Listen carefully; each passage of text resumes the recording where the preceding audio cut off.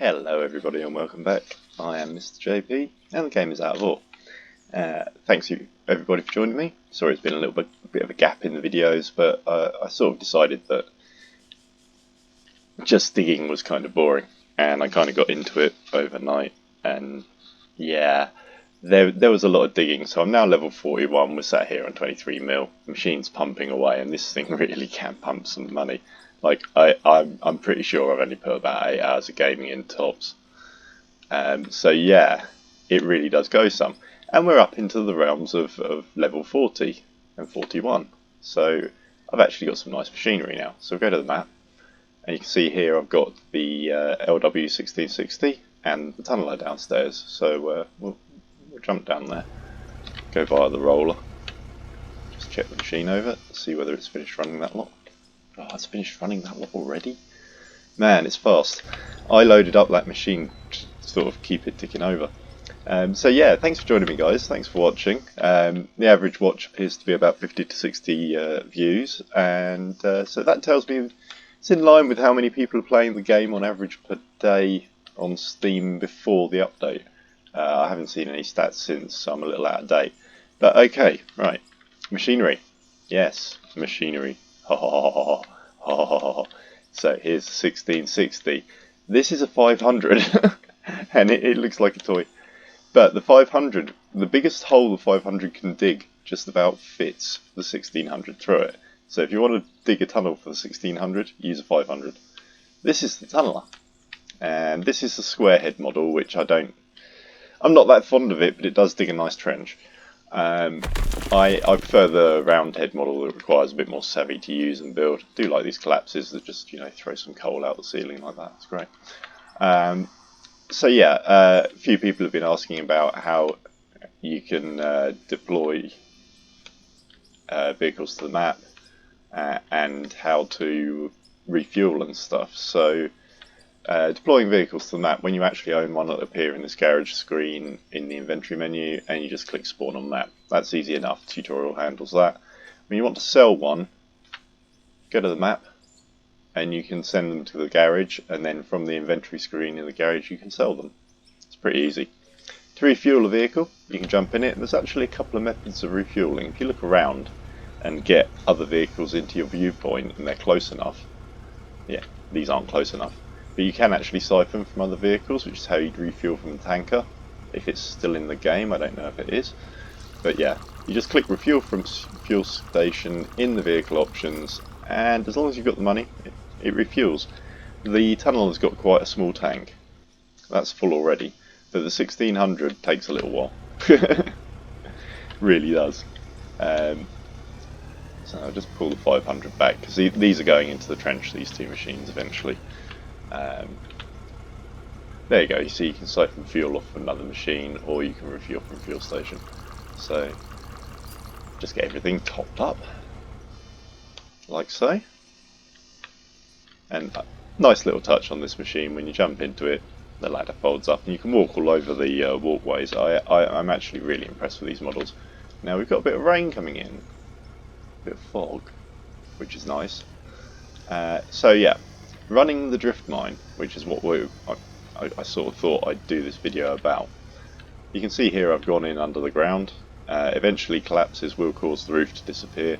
I've yet to find a way of decoratively gaming around this, but all I'm doing is scraping this conveyor floor like this, and you can see occasional balls appearing like that. And that's detritus that's sort of between the conveyors sticking up from the floor below. And that causes things to start forming dirt on the ground in piles. So that's why I clean all that up and do this rolling around. And then I'm just going into these piles, and literally where I've built the conveyors, that it just disappears into the floor. It's great. So you can just run mines like this out, like this, pushing away. And when you get to the end of the conveyors, you'll see piles start to form like this one next to me here. And that's the time to build new conveyors. And you will spend a lot of money on conveyors, but it really doesn't matter. I'm going to be honest. The amount of cash that the machines like this build you, it really doesn't matter. But yeah, I love this 1600. I think it's great. If you back up on a roof collapse, by the way, it all falls through the front of the machine instead of landing on your cab, which can be a good way to get out of it in the loaders. Not so good for excavators and tunnelers, however. But once you've undercut the ceiling, you can just rake the roof down like this. So yeah, lots of fun to be had from this. So yeah, this as you can see is ripping pay dirt down. No worries. It just whoosh, in it goes, and this will get machinery running quite convincingly. Just use the bucket curl to cut with this machine. It cuts a little differently to the 500s in the fact that the bucket curl, when it's right up, can go right over like that, which is handy. Cause what it means is when the boom is down low, you can actually dig downwards, which we'll be going and demonstrating in a sec. I'm just going to rake down some more of the ceiling whilst I'm here. And yeah, my machine's starting to lag a little and struggle with all of the terrain that's being generated. We are not landing on conveyors. This is another reason why I work on conveyors. The more of these balls you generate, the more of a problem you are going to have with lag. If you've got 3 of the largest dumpers and you sit there and load them all up with conveyors or something by dumping, the game is going to start to judder. Because of the calculations going on, unless you've got a graphics card that can run SpaceX or something, in which case that's a different matter. And when I say run SpaceX, I'm talking about the actual missions, not a computer game. You joke about people running space missions on a laptop or something, but Stockton Rush tried submarines on a budget, didn't they? So, you know, anything is possible. Anything is possible, especially in the pursuit of science and profit.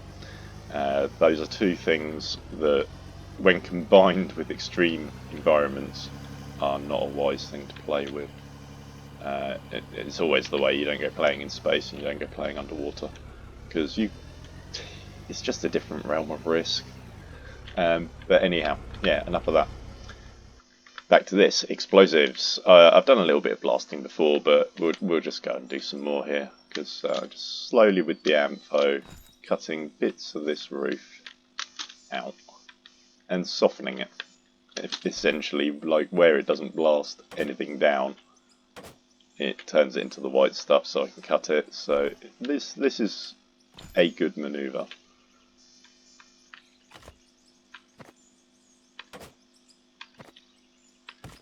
Doesn't really matter where you put the explosives in, under overhangs, whatever.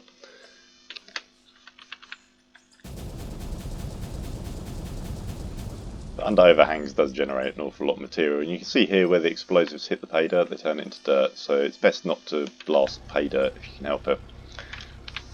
And so yeah, to expand the mine, just literally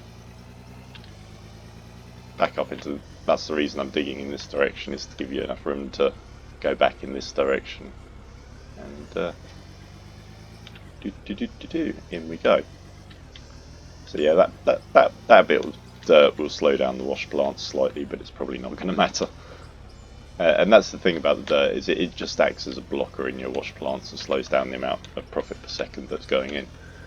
I may sound a bit anal about profit per second, but you know, your yield per hour at a mine and the amount of cycles you can do with the machine between the hopper and the loading, that's all what sort of calculates out your money and your profit. But in this case, it's more about the amount of time it takes the machine to run. If it's laden with mud, it just takes forever to get through to the good stuff, essentially. But you can see that the balls will only start to go through the conveyors when they're stationary, so until you stop moving them, they won't disappear. And then you just tilt. Literally there, I just curled the bucket back upwards and went in reverse along the hill, and whammo, stuff starts falling out everywhere. Once your bucket gets full, you'll find that the vehicle will sort of judder to a halt, and that's the time to just curl the bucket forward and empty it out. Like when you're cutting out ceilings like this, you'll find the bucket will fill. But that's why I do this raking. As a rake, I tilt the bucket forward, let it all fall out, back up, very slightly. You don't want to get too far away from the balls because they'll start trying to form land as they go into the conveyors, like this pile is here at the front. So by staying close to the pile, I keep all the balls sort of formed, take out the underside edge, and they all just roll down the hill and down and in. So yeah. So the most annoying thing about this kind of mining, collapses, camera angles because you're underground, can get a little darker if you've got the night settings on, that kind of thing. But it's opening up the next piece. Getting in with the loader, getting in with the big loader is sort of easier, and it's sort of harder. Getting in with the 500 and the bucket, getting the bucket to tilt down enough to do this cut, that can be also a bit awkward with the 500. So once you're level 40, you've got another option, and that option is the tunneler. And the tunneler takes a little bit of a knack to use, but I'll bring it over here in a sec. Pretty much doesn't like overhangs, so you can't cut into a ceiling with it. So I sort of use the tunneler to cut out an overhang and then go in with this and sort of open it up. Is sort of the method, and I think that's kind of the method that a lot of tunnels use. A big road tunnel was built near me, and they actually went into that because of the softness of the sand substrate we have around here. They went into that with essentially excavators with tango hammers and then loaders with conveyors in the tunnel, much like this, and just kept conveyoring it out. There was a boring machine, I think, doing the initial bore, but it was small, and then it was all expanded by the excavators, which I thought was pretty cool. And it's actually quite a big tunnel, so quite a cheap way of doing it, considering. So if I park this guy up, we'll grab the tunneler, because one of the questions I've been asked on YouTube is, how does the tunneler work? So the tunneler is much like any other vehicle. It's got a handbrake. You can move the head around, it goes left, right, up, down, and so what I'm going to do here is start cutting into the rocks. The tunneler's one advantage: it can cut into rock that hasn't been blasted, which is useful, very useful. It also, this one cuts a nice smooth surface, so it's good for these bores, for your runs into the hills, or it also can cut downhill quite nicely, so for cutting down into the ground, it's actually not bad at all. And what I tend to do is I just tend to align it till it touches and bring it back up slightly. Okay, so to run this, press spacebar and it fires up, and you can see the belt's sort of moving. There's an animation there, and the head's turning. And then creep forward, and you can't really steer whilst you're drilling, by the way. You kind of can, but it involves holding down the direction you want to go and then pressing forward. It might be that I need to turn off ITS settings, but I need to have a play. I haven't really played with this. As you can see, we're tunneling along and it's all pulling out at the back there very nicely. You can actually run the conveyor up and down like so. So you can run the conveyor in the up position like that, or in the down position, and this means you can get either dumpers, or I could run it from a shelf below the level of the conveyors. There's a few different things you can do with this, really. So as you can see, that problem with the collapses and the tunneler, you'll see that the ground is building up underneath the tunneler where that collapse just happened. So what I'm going to do is just back it up now before it gets trapped in, because it does get trapped in. And this is why you've got a loader available that is the same height as the tunneler, so you can get the loader in and dig the tunneler out if you need to. You can also use the hand smoothing tools, of course. That works quite nicely. But yeah, turning whilst moving forward. It's like the tunneler's got a tiny engine. It can only turn. It can't do certain things at the same time. But yeah, and you can just cut in a shelf like this, along like this, all day long, which is kind of handy. Off you go. You know. It is slow, I will say that, and as you can see there, it's good at building up piles, even on conveyors, this is why I always follow it up with a loader. is so that you can clean the conveyors or clean out the piles that you're generating, either or really. But once you've done a couple of cuts and got a bit of space,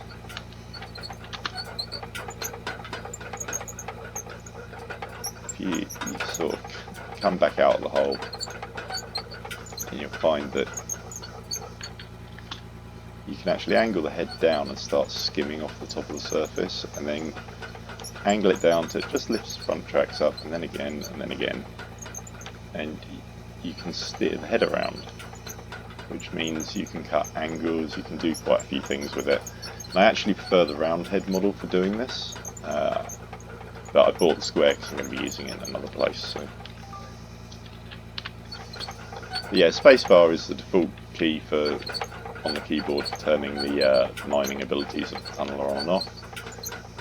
Like all of the excavators and everything, in reverse, steering sort of is reversed and it can mess you about a bit, but just go in and skim some more of that out. So yeah, this is slow but it is accurate. If I wanted to, I could go along my conveyor tunnel there, steer off into a resource and just drill out the resource. If you're running a more sort of underground orientated mining setup. So yeah, there's a few ways of using this device as well. It's not all about tunnelling.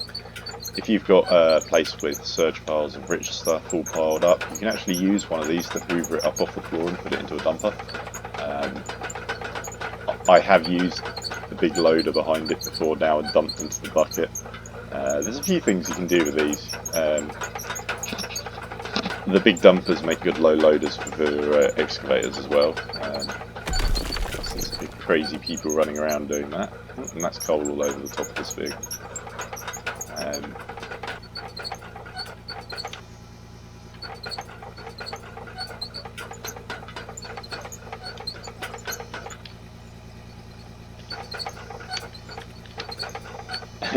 Okay, that worked. Pure chaos, bits of stuff everywhere. I'm just trying to shake the lumps off the top of that vehicle there. The collapses are an option that I think you should be able to turn off and on, but we'll be having words about that at some point. Yeah, there's bits and pieces all over that. So yeah, once you've been in with that, where it piles up on conveyors, it's literally just a matter of putting the scoop down and just running across it like that, nice and slow. Let the balls form, let them drop through the conveyor. Not such a big problem on the small piles because it just goes into the bucket, but when you hit big piles it can be useful to just slow down the action.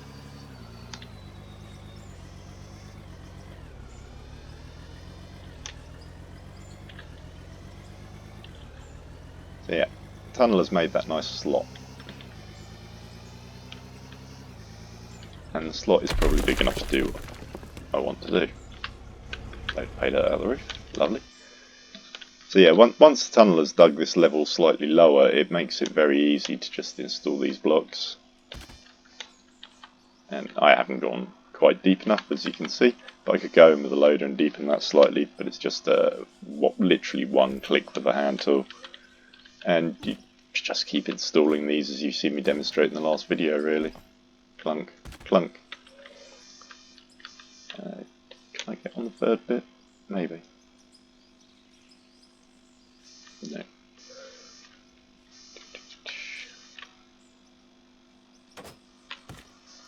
There's a little noise, but I just keep an eye on the numbers to know whether I've laid them sort of underground or not.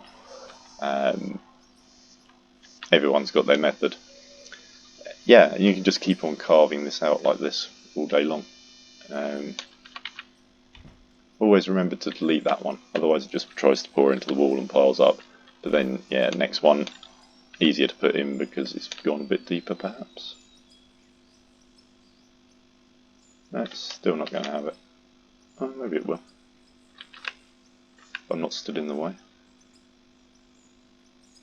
Oh, it's like 1 pixel. That's not funny.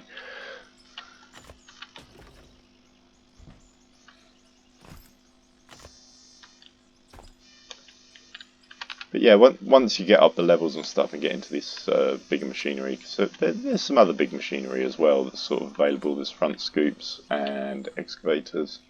Let's just have a quick look in here. So yeah, excavators. What's still to go? Legal. But yeah, we've got the front scoops, the big excavator. So that's all nice. 1600's the only wheel loader. The 510's unlocked now as well though, which is a slightly different looking. Dozers, all pretty self-explanatory, they're all the same. So yeah, next one's level 50, level 60 for the big dumpers. Grader's unlocked now, but I don't really use it yet. Trucks and trailer, yeah, so explosives, just the ploughshare to be unlocked at 66. So it is a matter of just keep digging, really. Like, rinse and repeat. What I could do is go up a level, take out all of that ceiling with all of that coal in, and drop it down here. And it's just the same thing again, build a tower of blocks, build some of these off, and off you go. No worries. I really am liking where the game's going, by the way. I probably don't sound very keen, but it's because I've done something to my throat. I think it was a sharp piece of food, but I think I've scratched it. So, yeah, a little bit husky today. Voice for telephone sales, shall we say, of a dubious nature. So yeah, one of the cool things about building these conveyors across like this is you can, as you can see, they've got these angled ends on, and yeah, roof collapse. You can go straight into the machine. Yes, that's efficiency. By resting one wheel sort of on them, you can get into this wall and just carve like this. And this is what I meant about being able to dig downward with the 1600. See how much more depth that's got than a 500, and the bucket goes right down, so we can really cut in, which is quite handy. And the angle of the conveyors gives you a bit of an angle to get over with, so you can carve out quite a lot of hillside here.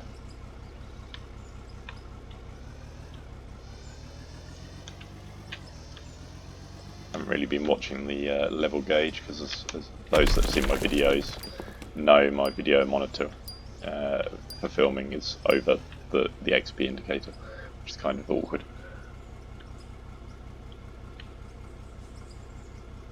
Now I'm going to have a bit of a problem there if that shelf builds up, so I've got to remove that.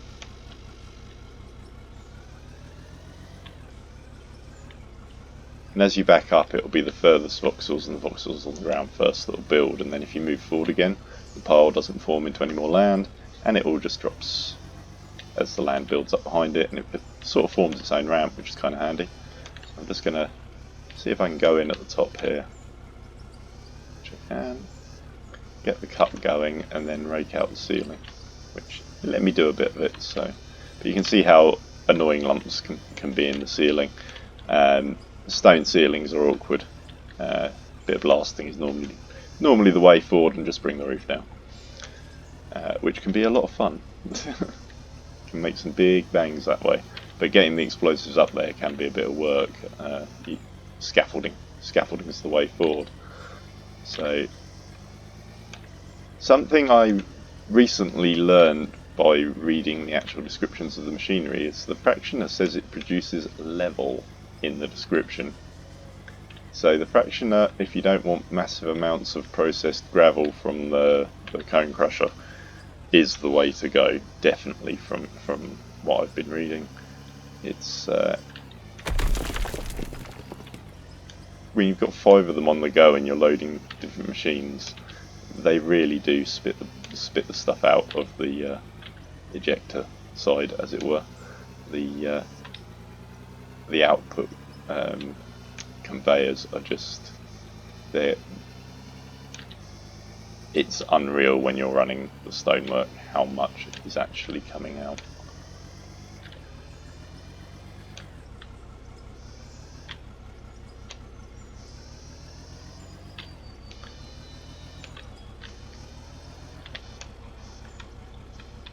As you can see, you just sit and keep cutting like this all day long. And that build up is because I need to extend conveyors. Let's go in and chomp some out, old fashioned. Nothing wrong with the old fashioned methods if you don't want to use a conveyor floor because you don't like how it looks or the finish it leaves or anything like that. I'm using the conveyor floor because it's the fast way of getting XP up to the I haven't found a faster way. Short of bringing the roof down with explosives, that works.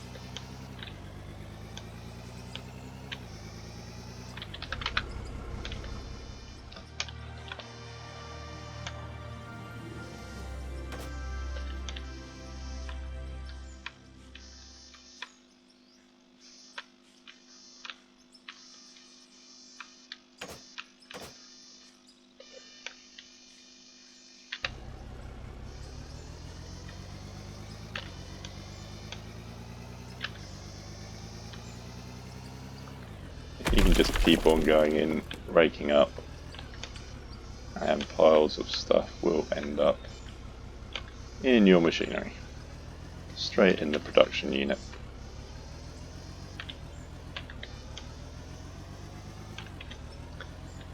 And it depends how you're playing, really. What I'm doing here is basically strip mining. I'm just leaving the roof in place. But you can go spelunking and deliberately pick out profit holes, as it were. Deliberately go for gold on coal or lithium. There is platinum hidden away. It's a pure grey resource. Looks a lot like a coal seam. Something else I need to address is colour of coal.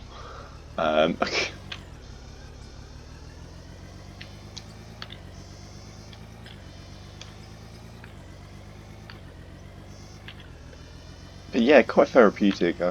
I'm very quiet when I play this game these days, finding it very soothing, very smooth experience all round really. Like, there's a bit of lag at autosave, there's a bit of lag at terrain generation, but anyone who's been playing the game since the start is kind of familiar with these things, kind of used to them, they're part of the game. They're a lot better than they were, so realistically there's a fair amount of work to be done, but things are coming on. I mean, this machinery is absolutely awesome. Just for how it's come on already. But yeah, bringing roofs down like this is where the money is.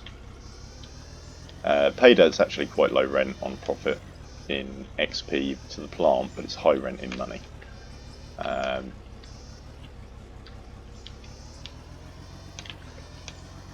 I've yet to sort of work out what the different colours mean. You've got this coarse grade on the top and then you've got this finer grade further down.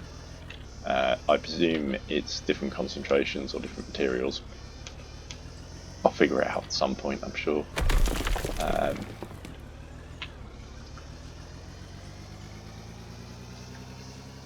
As I say, 2 mines on the roof collapses. With a conveyor floor, they can be just a helpful source of more into the machine.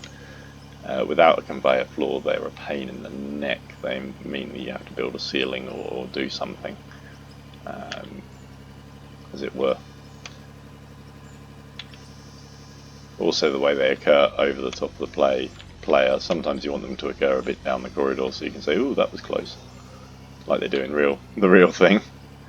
Oh, ceiling came down over there. Oh, we should probably shore all that up. Yeah, probably.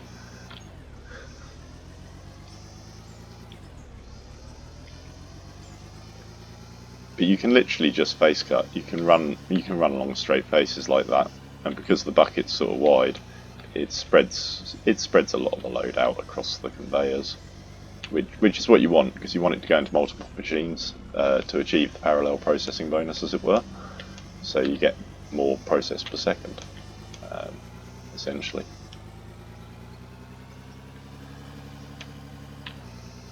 And you can leave some quite nice finishes under here. Kind of worried about that white stuff that keeps on appearing there. That makes me think that I'm hitting stone.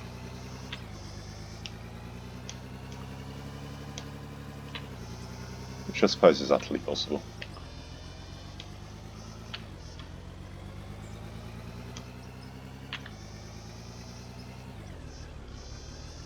When you steer with loaders, by the way, it drops the bucket slightly and it also tilts it slightly on an angle to the left or the right, whichever way you're steering. So it can allow you to cut a gradient in, or a slope, or to cut out a slope to get a level surface. It's subtle, but once you get the knack, you can achieve some quite good terraforming with them.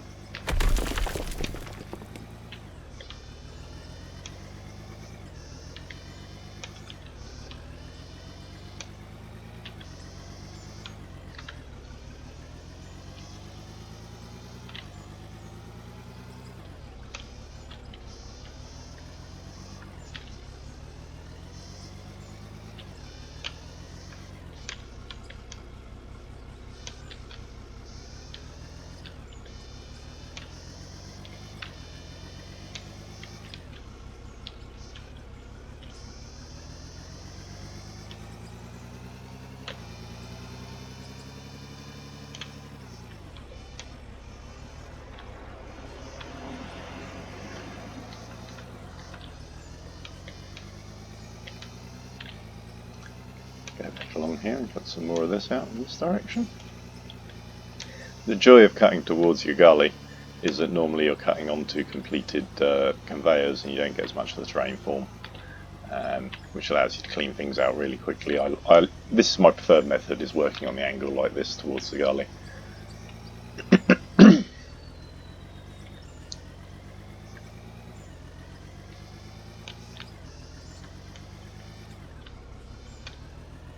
Quite often when your vehicle gets stopped up, it's because of the rams on the top of the armour catching terrain as well.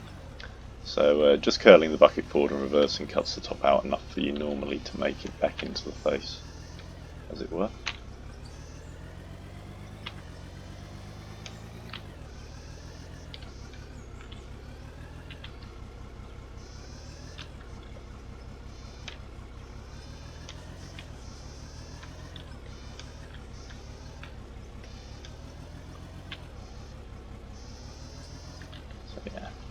Down a good mix of stonework and stuff now. So what we're going to do is back out of that a little, park it up, press tab. Now I've got a few machines on the map.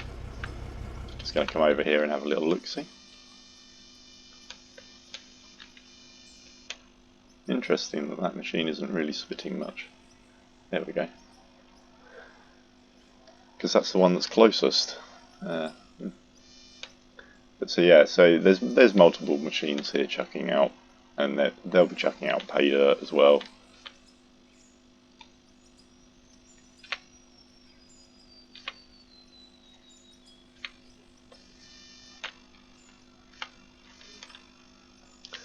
And so yeah, you can sit and watch this come out all day, or at least I can. And you can bring down a lot of material if you want to. It's pretty easy. And just a matter of working away until it all comes down, really. So yeah, obviously you need a groove to push stuff into, and to create this I've been blowing the roof out with explosives. Seems to work, but yeah, you don't want to blow pay dirt.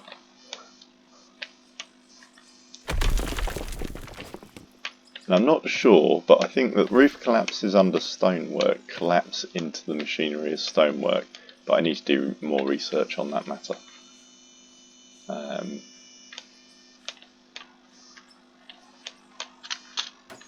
have a blast and see what happens. Needs to come out anyway.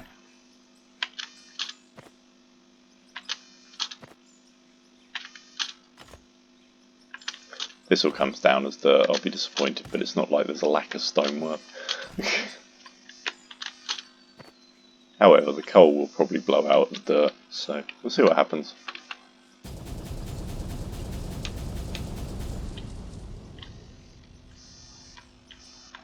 No, didn't convert it to dirt, that's okay then.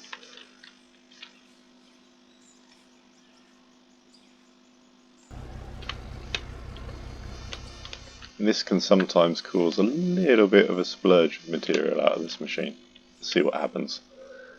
But yeah, so once I've worked my way up the tier system, I'm going to get into some more ornamental drilling and actually go exploring the map and stuff, so that that'll probably be, well, once I unlock the bigger dumpers, I'll probably start playing with those as well. So you can see the kind of delay from blasting to here that took for the machines and the conveyors and everything to process the material. But once it starts coming through, it does spit it out quite quick. And yeah, as you can see, money's not really a problem anymore. But yeah, it looks quite ornamental, and you can group all these outputs so they go into one hopper and have just one continuous conveyor going up to the top. There's a few different ways of doing this. So yeah, I mean, this is the game progress, and that's really how you work the drift mine, and seems to work out quite well. So yeah, thanks for joining me for this instalment of drift mining, and get some more machinery and do something a bit more ornamental, perhaps a bit more decorative. Maybe get a roof over this place, get some handrails in.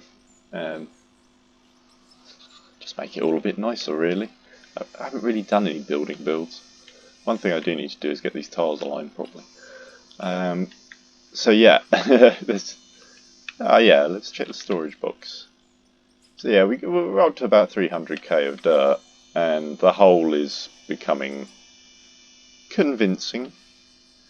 Okay, so that hillside actually expands back out that way, so I can dig plenty more out from over there, which is kind of cool.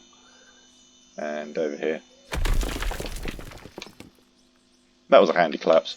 Okay, that was all coal. That was all coal. So, yeah, over here, I know that there's a coal seam in there, and I'm pretty sure that that's the start one there, but it could be the shadow of a tree. But it looks more like a coal seam. And then, just thought, whilst we're here, let's have a quick little explore. I mentioned exploring. That's totally a coal seam. That one is a shadow, but that one's another coal seam.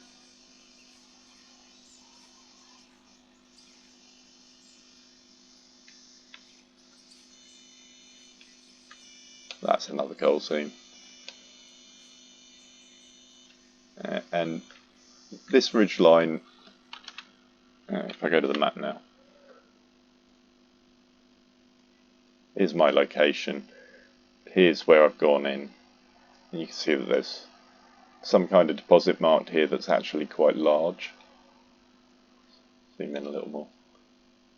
Yeah, so there's this one here at the start of the mine. This one here is the one that I just blasted into, I reckon. Then you've got this one here. And these are all